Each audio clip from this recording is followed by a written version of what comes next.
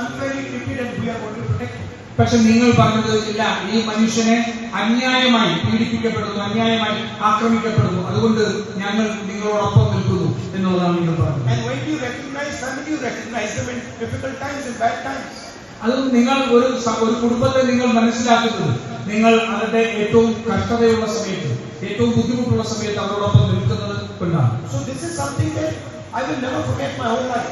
അതുകൊണ്ട് ഞാൻ എന്റെ ജീവിതത്തിൽ ഒരിക്കലും മറക്കാൻ കഴിയാത്ത ഒന്നാണ് ഈ ബന്ധം. Priyanka ji said about Oman Chandy ji, in whose name we are inaugurating this hall. Priyanka Gandhi ഈ ഉമ്മൻചാണ്ടിയെ കുറിച്ച് സൂചിപ്പിക്കുകയുണ്ടായി. ഈ ഓഡിറ്റോറിയം നാമകരണം ചെയ്തിരിക്കുന്നത് ഉമ്മൻചാണ്ടിയുടെ പേരിലാണ്. That he was a humble person. പറഞ്ഞത് അദ്ദേഹം വളരെ വിനയാന്വിതനായ ഒരു മനുഷ്യനാണ് എന്നുള്ളതാണ്. Chief Minister of Kerala was a humble person.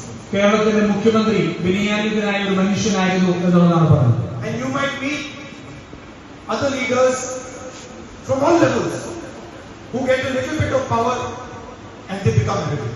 നിങ്ങൾ പല നേതാക്കന്മാരെ നിങ്ങൾ കണ്ടിട്ടുണ്ടാവും. അവർക്ക് ചെറിയ ഒരു അധികാര സ്ഥാനം കിട്ടിയാൽ തന്നെ വലിയതായ അഹങ്കാരത്തോടുകൂടി പെരുമാറുന്ന, അധികാരത്തോടുകൂടി പെരുമാറുന്ന ആൾക്കാർ, നേതാക്കന്മാരെ നിങ്ങൾ കണ്ടിട്ടുണ്ടാവും. There are very senior leaders in India at the national level who have no humility whatsoever.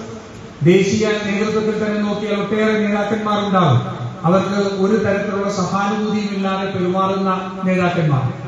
But what is it that made Oman Chandy ji humble?